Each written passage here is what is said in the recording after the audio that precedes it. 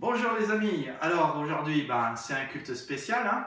C'est un peu la surprise pour tous puisque le Premier ministre a annoncé hier que les églises restaient ouvertes mais les rassemblements doivent être mis à plus tard. Alors nous en comprenons que nos rassemblements du dimanche sont donc remis à plus tard. Ça fait rien, vous êtes là, merci d'être venus. Juste pour vous dire, donc vous pouvez retrouver sur le site de l'église le bulletin, vous allez sur unouvelleleglise.fr, célébrer en ligne, vous y trouverez le bulletin, le pense-bête, le lien pour la vidéo, du matériel pour les enfants, pour qu'ils puissent aussi avoir une leçon ou une histoire qui leur est racontée, éventuellement un lien vidéo pour les enfants, et vous retrouverez aussi le message là-bas, chaque jour, normalement le dimanche à 16h30. unouvelleleglise.fr, célébrer en ligne. Alors on continue 40 jours de prière, et je ne sais pas si vous vous souvenez, mais dimanche dernier, nous avons parlé d'une prière multidimensionnelle. Alors, la prière multidimensionnelle, on a vu que Dieu était multidimensionnel, on a vu que nos vies étaient assez multidimensionnelles en fait, et on a vu aussi que donc, si on avait une prière multidimensionnelle, ça devenait sérieusement plus intéressant. Aujourd'hui, j'aimerais vous enseigner une autre manière de prier, qui est le Notre Père. Alors, Notre Père, comme Jésus a dit, ce n'est pas une prière à réciter par cœur. Vous vous souvenez de ce que Jésus a dit dans le contexte du Notre Père? Il dit, en priant, ne multipliez pas de vaines paroles, comme les païens qui s'imaginent qu'à force de paroles, ils seront exaucés. Ne leur ressemblez pas, car votre Père sait de quoi vous avez besoin avant que vous lui demandiez. Le Notre Père, ce n'est pas une prière à réciter par cœur, contrairement à ce que beaucoup de chrétiens croient. Ce n'est pas une prière à réciter, ce n'est pas une prière à multiplier, c'est un modèle de prière, un modèle à imiter. Et donc, si vous voulez, c'est le résumé de ce que devraient contenir nos prières. Si vous voulez, c'est les têtes de chapitre à nos prières, et finalement, c'est un style de prière que Jésus aimerait que l'on ait. Et si notre vie est une vie de prière, c'est un style de prière et aussi un style de vie. Souvenez-vous ce que Paul a dit. Il a dit « Priez sans cesse ». Et ce que j'aimerais faire aujourd'hui, c'est de voir comment nous pouvons prier le Notre Père au travers de notre journée. Depuis la nuit des temps, tous les gens prient le long des journées. Les gens ont organisé leur agenda autour de la prière. Les Romains eux-mêmes, à chaque fois qu'ils avaient conquis une ville, construisaient un forum et un beffroi. Et chaque jour, ce beffroi sonnait. Alors il sonnait à 6h, à 9h, à midi, à 15h, à 6h, à 21h, à 9h le soir. 6h c'était la première heure, 9h la deuxième, midi la troisième, 15h la quatrième, etc., etc.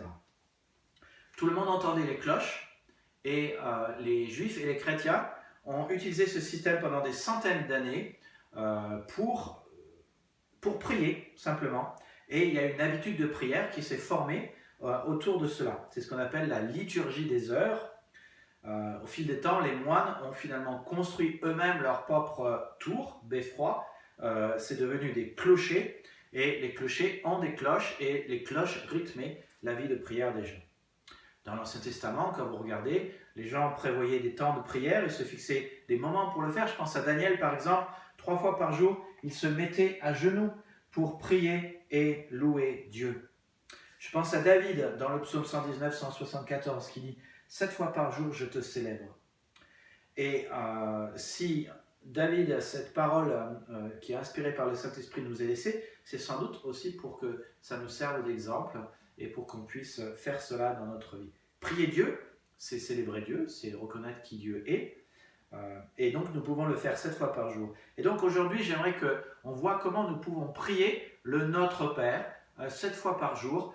Donc permettez que je vous prenne par la main dans une journée typique, même si je sais que les journées typiques actuellement sont complètement déroutées et déroutantes et bouleversantes, et c'est plus la même chose, mais une journée typique où vous vous levez le matin, vous vous lavez, vous prenez votre petit déjeuner, vous allez au travail, vous travaillez, vous mangez à midi, vous travaillez l'après-midi, vous revenez le soir, vous revenez à la maison et vous vous couchez. Alors, voilà la première chose à faire pour prier le Notre Père au travers d'une journée type. Une journée type en priant le Notre Père.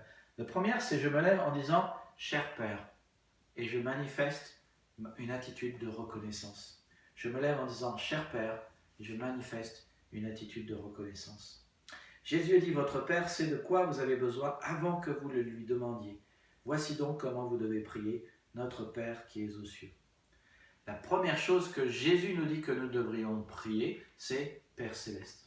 Et la première chose que nous dit la Bible sur le rôle d'un Père, c'est qu'il pourvoit à nos besoins. Vous vous souvenez de ce texte que j'ai pris plusieurs fois? Quel homme parmi vous donnera une pierre à son fils s'il lui demande du pain? Ou s'il demande un poisson, lui donnera-t-il un serpent? Si donc vous qui êtes mauvais, vous savez donner de bonnes choses à vos enfants, à combien plus forte raison votre Père qui dans les cieux en donnera-t-il de bonnes à ceux qui les lui demandent? Ce texte est clair, que vous soyez un Père terrestre ou un Père céleste, nous qui sommes des pères, nous donnons des choses à nos enfants. Et Dieu fait la même chose avec toi et avec moi, si bien que tu peux commencer ta journée en disant « Merci Père pour cette nuit de repos, merci Père pour le souffle de la vie, merci Père pour le toit que j'ai sur la tête, merci Père parce que j'ai du travail, merci Père parce que je suis en vie ou en bonne santé. » Deuxième chose que dit la Bible, c'est que tout bienfait et tout don parfait viennent d'en haut, ils descendent du Père des Lumières, si bien que tout ce que tu as dans ta vie, c'est parce que Dieu t'a fait des bons dons et des dons parfaits. Et c'est pour cela que tu existes. Et on ne veut pas oublier non plus, un petit peu comme Israël, tu te souviens, Israël, en sortant de la mer Rouge, ils se sont plaints de ce qu'ils n'avaient pas à manger et à boire, et finalement Dieu leur a donné à manger et à boire, et ils ont continué, marché quelques jours de plus, et ils se sont remis à se plaindre que Dieu ne pourvoyait pas leurs besoins, ne leur donnait pas à boire et ne leur donnait pas à manger, alors que s'ils réfléchissaient un peu, s'ils étaient en vie, c'était parce que Dieu avait pourvu à leurs besoins. Et parfois nous commençons nos journées, et nous sommes peut-être dans le mode négatif, grincheux, rouspétant, maugréant, bougonnant et tout ça, mais voilà, nous pourrions tout simplement manifester de la gratitude, de la reconnaissance, voyant ce qui va, voyant ce que Dieu a fait pour notre vie. L'émotion la plus saine, c'est la gratitude. La reconnaissance favorise la bonne santé mentale, émotionnelle et physique. C'est bon pour la santé et c'est bon pour le moral. C'est bon pour ton psychique, pour tes relations, pour tes prières, pour Dieu, pour moi. C'est bon pour tout le monde d'être reconnaissant. Alors, je recommande que, tu as vu dans le livre sur la prière, il y a un moment, une liste alphabétique où nous devons chercher pourquoi nous pouvons être reconnaissants lettre par lettre. Donc, je recommande que tu remplisses cela. Tu peux le faire avec quelqu'un d'autre, ça peut se faire aussi au téléphone, et pour que tu puisses laisser ce livre à côté de ta table de nuit et que le matin, quand tu te lèves, tu commences la journée en disant « Seigneur, je te remercie pour » et tu lis les sujets de reconnaissance que tu as mis dessus. Seigneur, je te remercie pour ton amour, A. Je te remercie pour ta Bible, B. Je te remercie pour ta compassion, C. Je te remercie pour tes desseins envers moi. Je te remercie pour l'espoir et l'espérance que j'ai en Jésus-Christ. Merci pour la foi, merci pour la grâce, merci pour l'honneur que tu me fais d'être mon enfant. Et si tu n'arrives pas à faire une liste alphabétique dans ce livre, alors pourquoi ne pas avoir une liste de chants, de cantiques ou une playlist d'adoration et de commencer à chanter en adorant le Seigneur, en manifestant ta reconnaissance. Et tu peux lire aussi un psaume de reconnaissance, par exemple le psaume 139 ou le psaume 103, et de commencer simplement en lisant ce psaume. Tu peux avoir ta Bible ouverte sur ta table de nuit sur le psaume 103 et commencer la journée en disant « Je veux dire merci au Seigneur de tout mon cœur.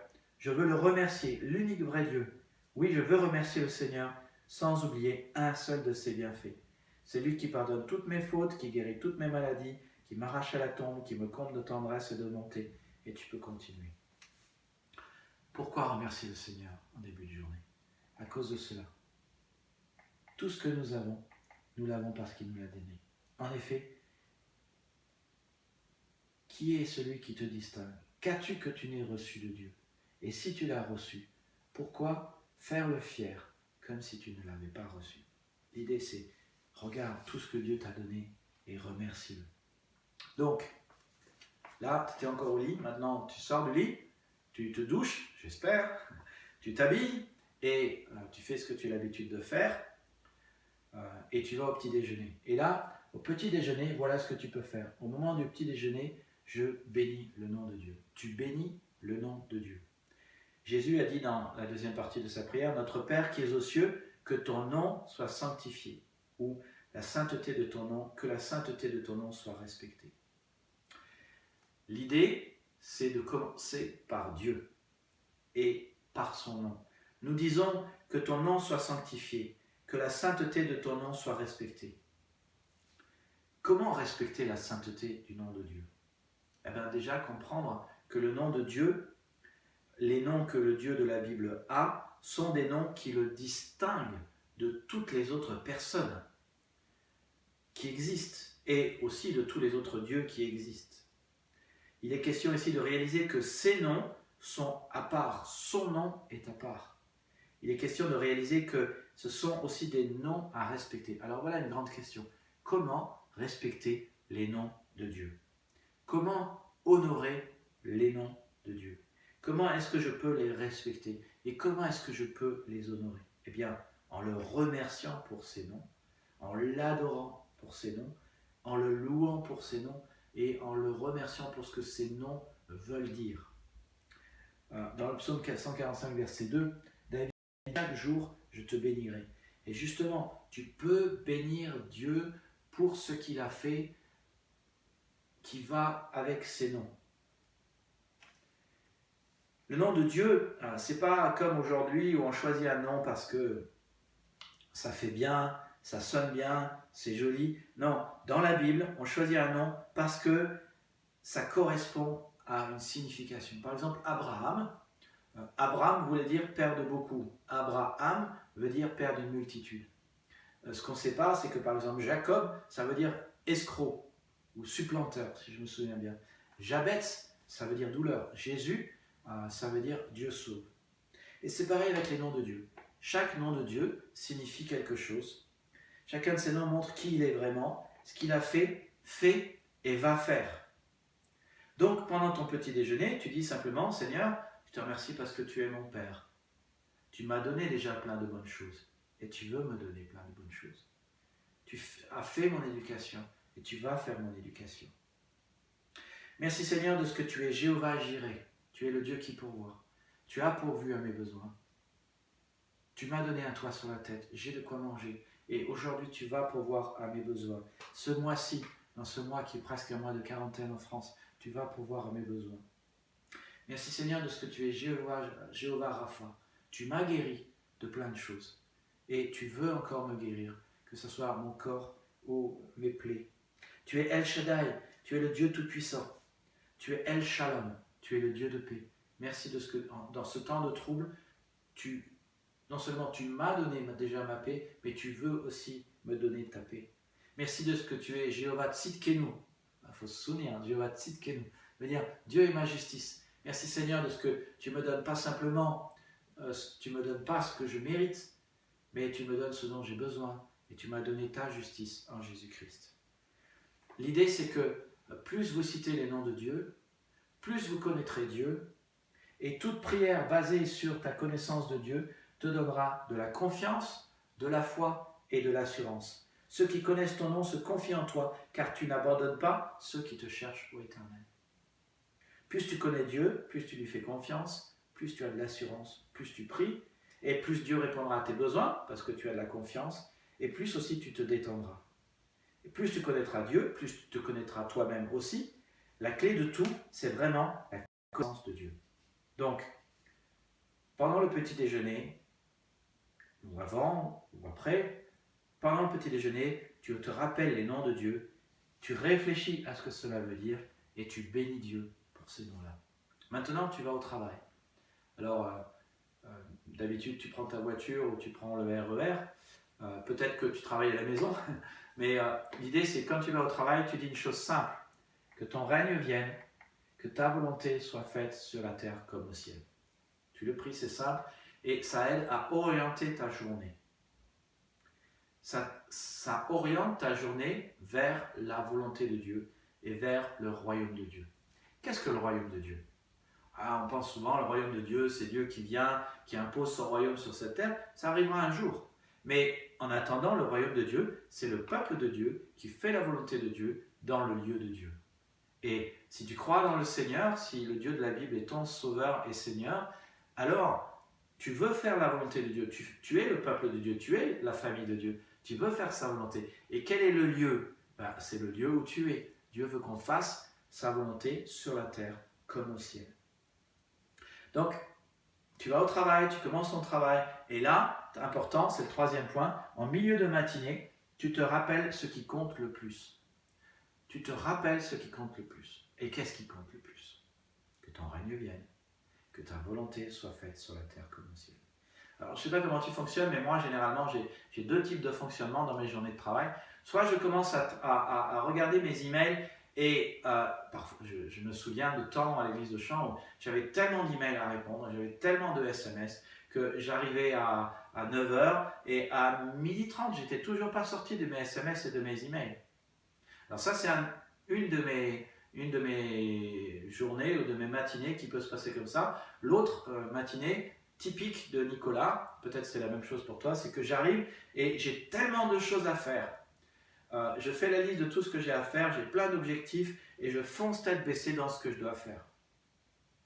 Mais c'est bien en milieu de parcours, juste de s'arrêter et de se poser la question. Est-ce que la volonté de Dieu est faite et est-ce que je fais sa volonté? Ça permettrait par exemple qu'en milieu de matinée, plutôt que de continuer à faire plein d'emails qui sans doute sont peut-être importants mais pas forcément essentiels, je me dise, bon, on va arrêter parce que ce n'est pas la chose essentielle que Dieu voulait que je fasse aujourd'hui. Ou peut-être, alors que je suis parti tête baissée, il faut que je me pose la question de savoir si je suis en train de faire la volonté de Dieu. Donc, tu prends le temps et tu dis au Seigneur simplement, Seigneur, ma vie est certainement bien plus qu'une longue liste d'emails à répondre ou une longue liste de choses à faire. Je veux faire ta volonté. J'aimerais que tes buts et tes objectifs soient mes buts et mes objectifs. Et donc tu réfléchis et tu pries cela, que ton règne vienne, que ta volonté soit faite. Et tu paraphrases. Montre-moi, Seigneur, ta volonté. Je suis plus intéressé par ce que tu veux que par ce que je veux. Est-ce que je suis, Seigneur, au centre du chemin de ta volonté ou est-ce que je suis au bord du chemin de ta volonté? Ou est-ce que je suis sorti de ta volonté? Que ton règne vienne veut dire que ton royaume vienne. Le royaume de Dieu, c'est toi, c'est moi qui faisons la volonté dans le lieu de Dieu, le lieu où nous sommes. Là encore, pourquoi vivre la volonté de Dieu aussi au travail? Jésus l'a dit. Cherchez d'abord le royaume de Dieu et sa justice, et toutes ces choses vous seront données par-dessus. D'abord, tu cherches à agir selon la volonté de Dieu. Travailler pour ton patron, c'est la volonté de Dieu. Faire ce qu'il dit, c'est la volonté de Dieu. Faire les choses comme Dieu te le dit, c'est la volonté de Dieu. Et alors, tu auras tous tes besoins qui seront satisfaits. C'est ce que sous-entend Jésus dans Matthieu 6, 33. Si tu fais la volonté de Dieu au travail, c'est la clé de ta réussite. Voilà maintenant le moment du déjeuner. Alors, que fait-on au déjeuner? Eh bien, au déjeuner, on mange et on satisfait ses besoins. Donc, lors du déjeuner, tu énumères tes besoins. C'est le moment de dire à Dieu, donne-nous notre pain quotidien. Si Dieu veut que vous priez pour votre pain quotidien, il veut certainement que vous le priez quotidiennement aussi pour ce pain quotidien, n'est-ce pas? Il ne nous demande pas de prier pour notre pain mensuel ni hebdomadaire. L'idée, c'est donc de lui dire, donne-moi ce que j'ai besoin aujourd'hui. Dieu veut que nous dépendions de lui chaque jour.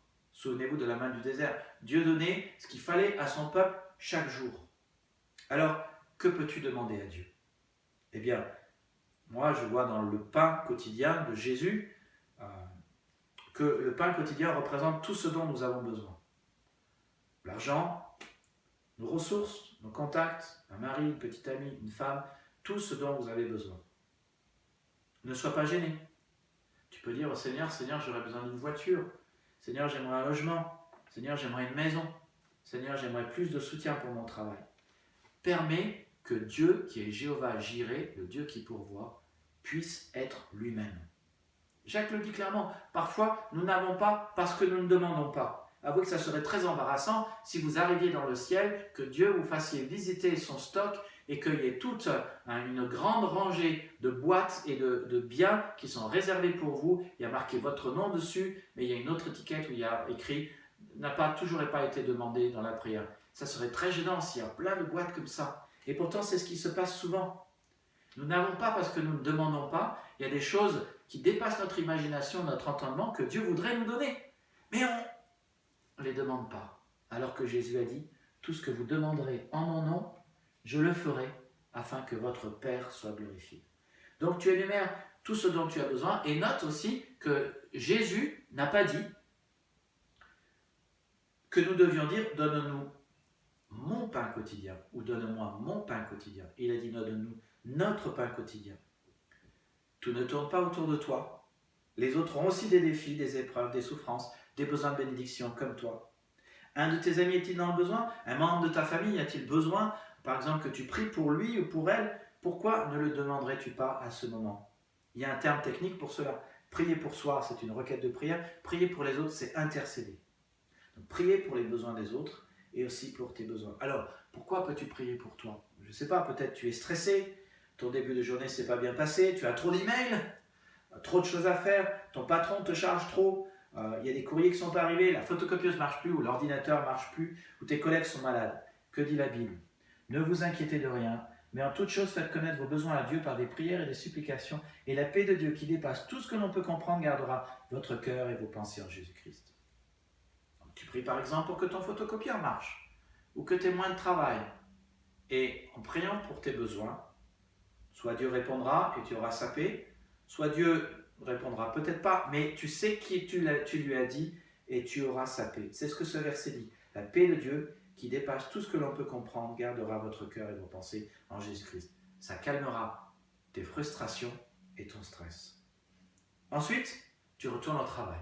Et là, l'heure avance, et plus l'heure avance, tu ressens l'envie de faire une petite sieste. Tu te sens un peu léthargique, tu n'es plus très clair. Les gens disent des choses un peu maladroites, exaspérantes. N'y prête pas attention, c'est normal, on est tous comme ça. Et peut-être que toi aussi, tu dis des choses un peu maladroites ou exaspérantes. Ou peut-être que tu n'as pas les bonnes attitudes, ou tu fais des trucs pas bien. Disons-le autrement. Peut-être qu'il y a des péchés qui se sont accumulés et que tu as besoin de régler. Voilà ce que tu peux faire dans ton après-midi.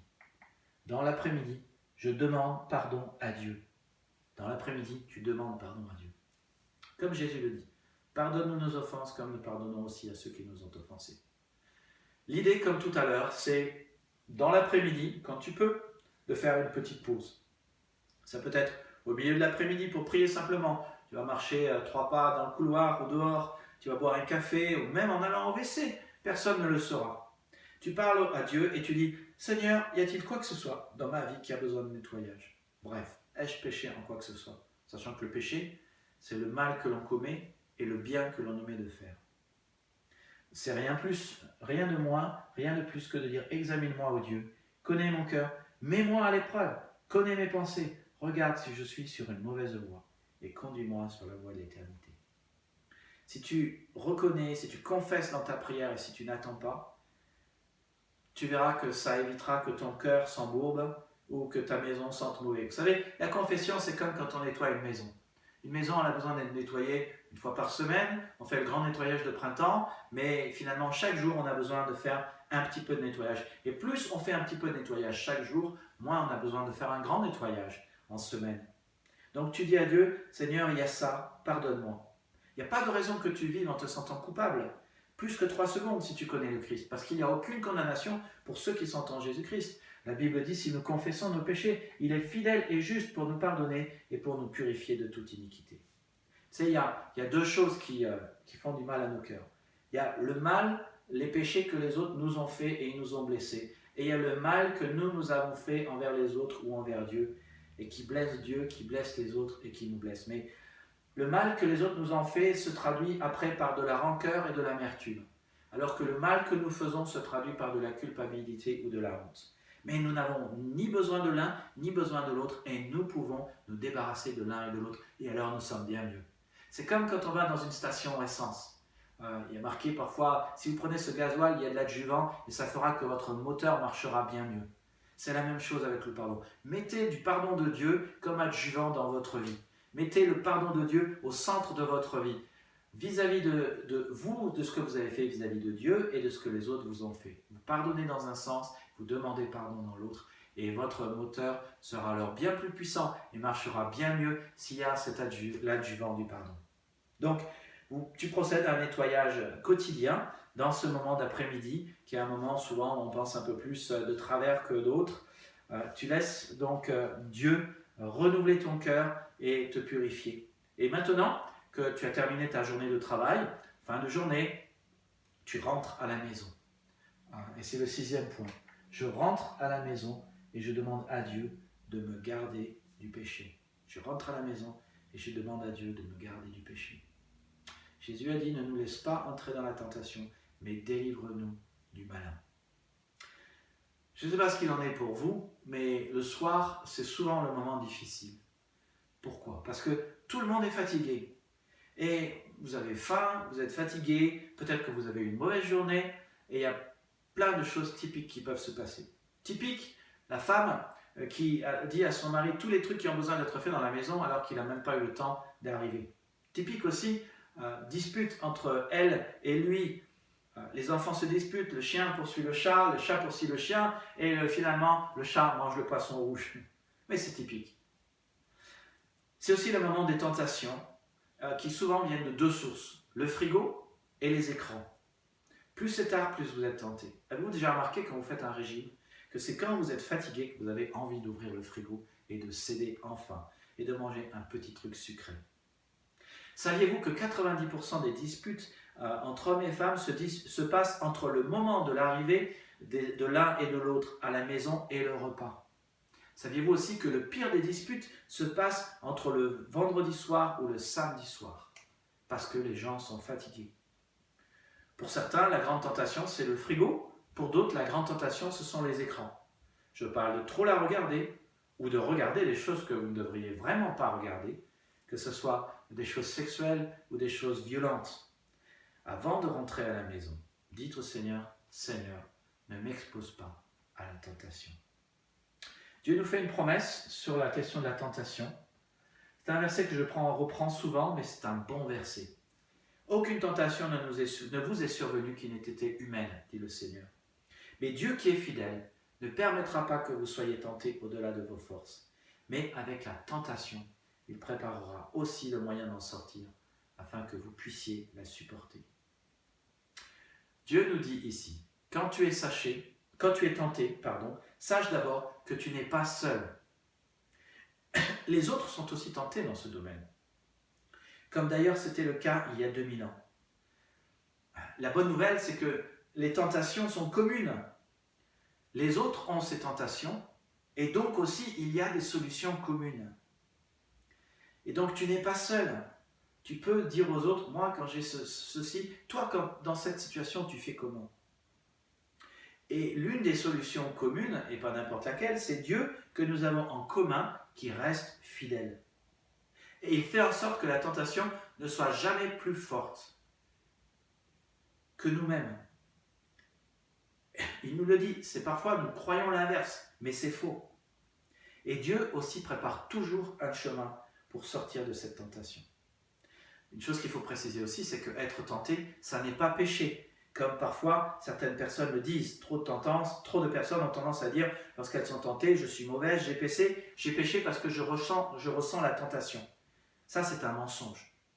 Vous ne pouvez contrôler chaque idée qui vous vient à l'esprit. Par contre, vous pouvez contrôler comment vos pensées sont polluées. Nous vivons dans un monde aujourd'hui qui fait la chasse à la pollution atmosphérique et bactérienne.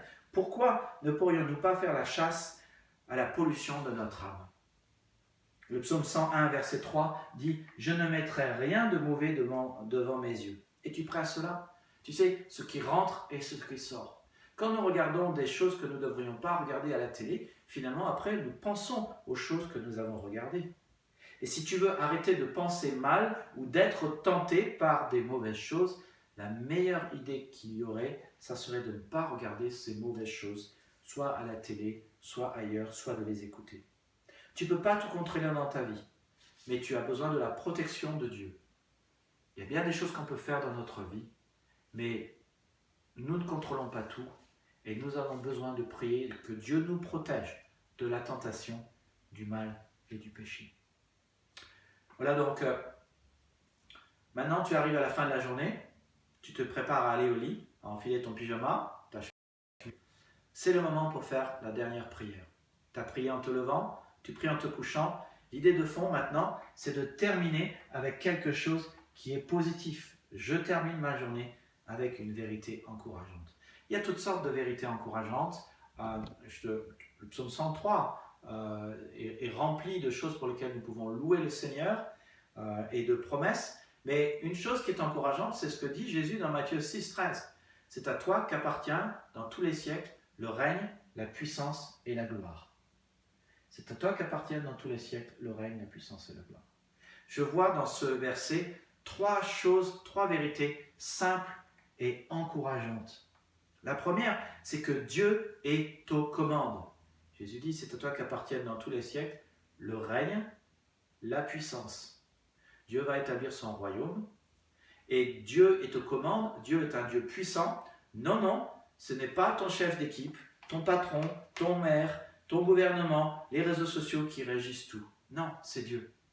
Dieu est aux commandes, il est puissant, et il va faire que son royaume vienne sur cette terre, et sa puissance va servir son royaume et va le servir. Sa puissance qu'il met à notre disposition est une puissance qu'il utilise, qui va lui revenir pour qu'il soit glorifié. Dieu est aux commandes. La Bible nous rappelle à quel point Dieu est aux commandes. Le cœur du roi est un simple courant d'eau dans la main de l'Éternel. Il l'oriente comme il le désire. Dieu peut faire ce qu'il veut, avec qui il veut. Et même s'il y a des choses qui se passent et qui sont fortes au travail ou à la maison, Dieu est toujours aux commandes. Deuxième vérité importante, c'est que Dieu, nous actuellement, ce que tu vis dans ta vie n'est pas la fin de l'histoire.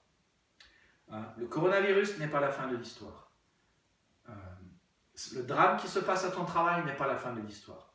La dispute peut-être que tu as eue avec ton mari ou ta femme n'est pas la fin de l'histoire. La fin de l'histoire, c'est le royaume de Dieu. Et à la fin, c'est Jésus qui gagne et c'est Jésus qui fait justice. Et c'est pour ça que Dieu nous invite aussi à ne pas nous venger nous-mêmes. Il nous a dit, ne vous vengez pas vous-même, bien-aimés. Laissez agir la colère, car il est écrit, à moi la vengeance, à moi la rétribution, dit le Seigneur. Comme Dieu nous dit aussi, gardez le silence, l'Éternel combattra pour vous. Et puis la troisième vérité importante et capitale, et qui est encourageante, c'est qu'à la fin, Jésus, Dieu et sa famille, l'Église, gagnent. Au début de la Bible, Dieu gagne. À la fin de la Bible, Dieu gagne. Et dans ta vie, à la fin, Dieu gagnera et te fera gagnant avec lui, si tu crois en Jésus. Je pense à ce texte dans Apocalypse 21 qui dit « Je vis descendre du ciel auprès de Dieu la ville sainte, la nouvelle Jérusalem, prête comme une épouse qui s'est parée pour son époux. J'entendis du trône une voix forte qui disait « Voici le tabernacle de Dieu avec les hommes. Il habitera avec eux, ils seront son peuple, Dieu lui-même sera avec eux. Il essuiera toute larme de leurs yeux. La mort ne sera plus, il n'y aura plus ni deuil, ni cri, ni douleur, car les premières choses ont disparu. » Voilà la victoire de Jésus sur notre vie qu'il partagera avec toi et avec nous. Trois vérités simples et encourageantes. Dieu est aux commandes, tu ne vis pas la fin de l'histoire, et Dieu et la famille de Dieu gagneront à la fin. Corrie ten Boom a dit que, en fait, c'est ce à quoi vous pensez et celui à qui vous pensez qui déterminera complètement comment va votre vie. Elle a dit, Corrie ten Boom, je ne sais pas si vous vous souvenez, mais c'est une femme qui était chrétienne, qui cachait les Juifs, qui a été saisie, qui a été partie en camp de concentration, et qui a dit, si vous regardez au monde, vous serez désespéré. Si vous regardez en vous, vous serez déprimé. Mais si vous regardez en Jésus, vous serez en paix. C'est ce à quoi tu penses et celui à qui tu penses qui va déterminer si ta vie ira mieux.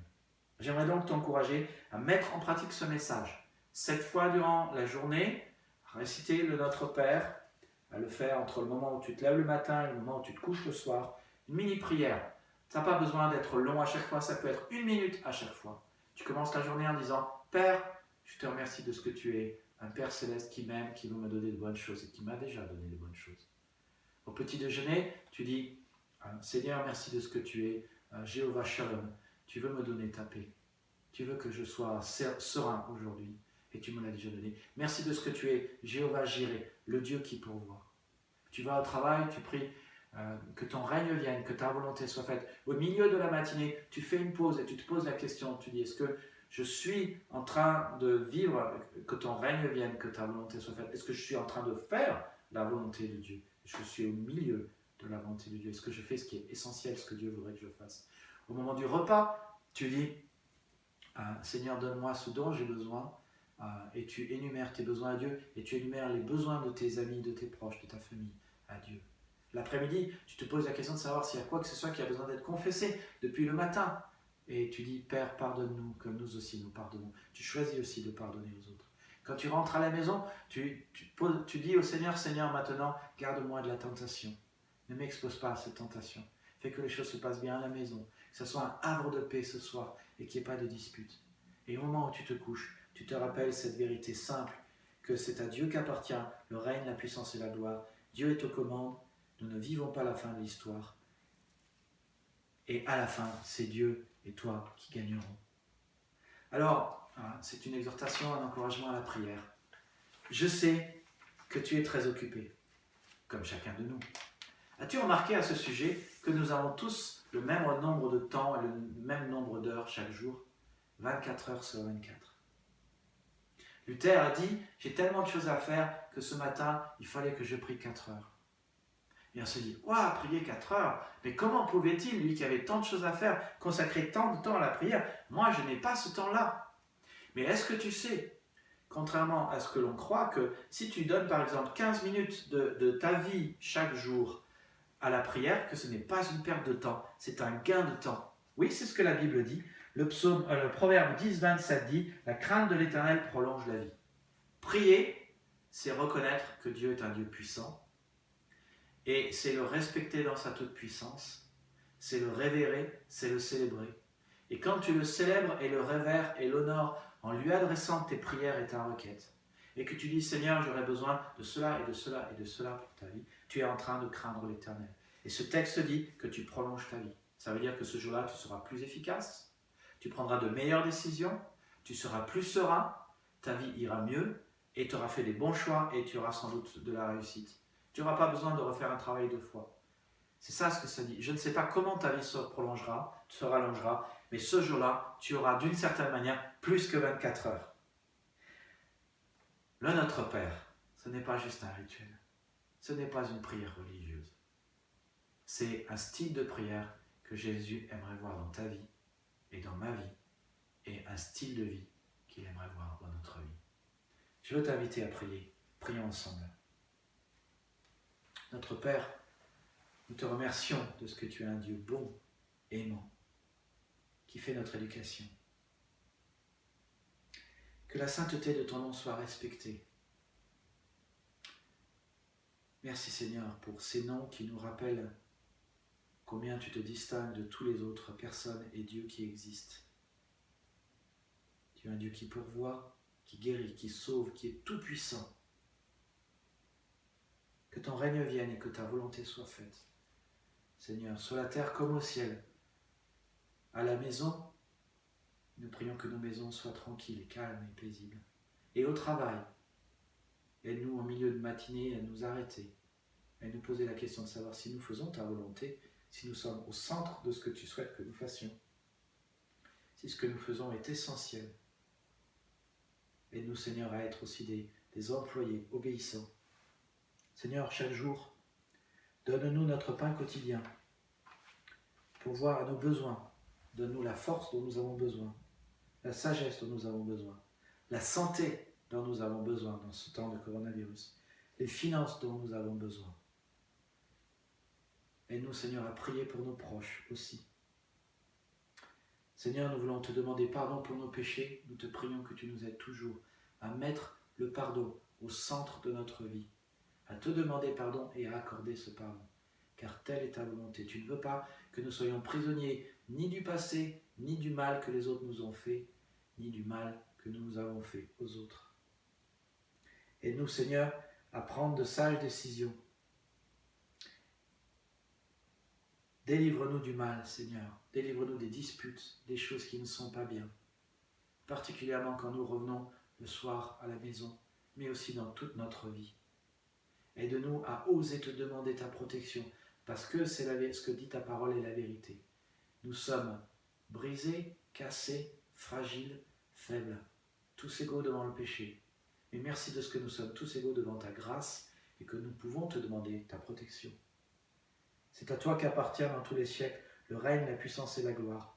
Merci Seigneur que lorsque nous sommes abattus ou déprimés, nous pouvons nous rappeler que tu es toujours aux commandes de tout, tu contrôles tout et à la fin, c'est toi avec nous qui gagnerons.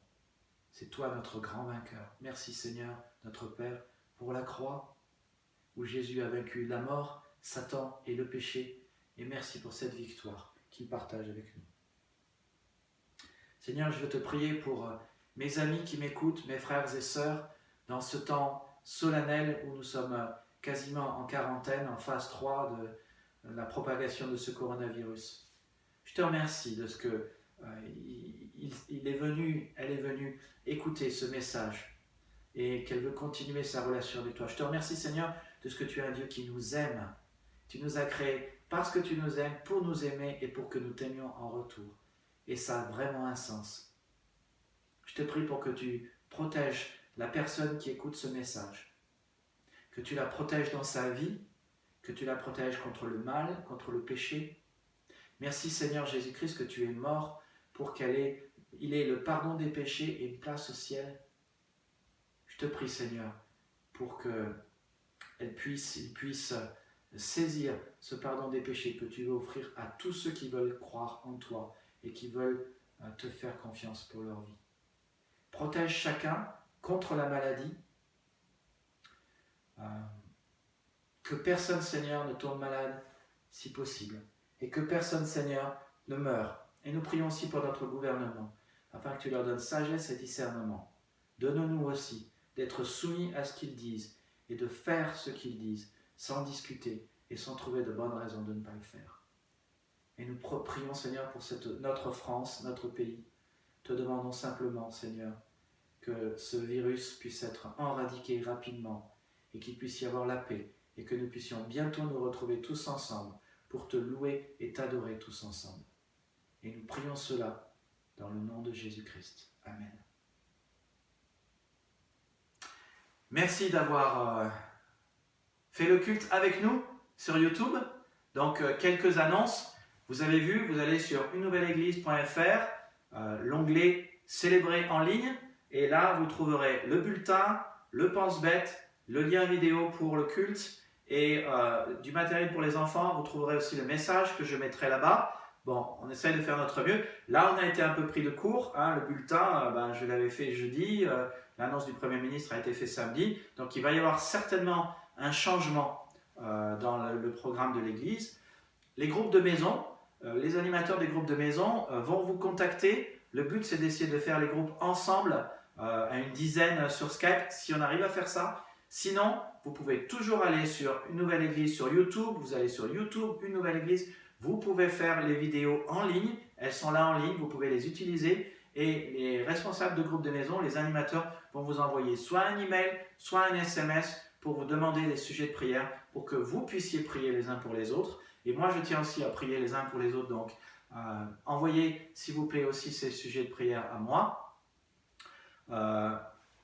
Dernier détail pour ce qui est de la dîme, comme Priscille l'a dit dans la louange tout à l'heure, on est dans du culte dématérialisé.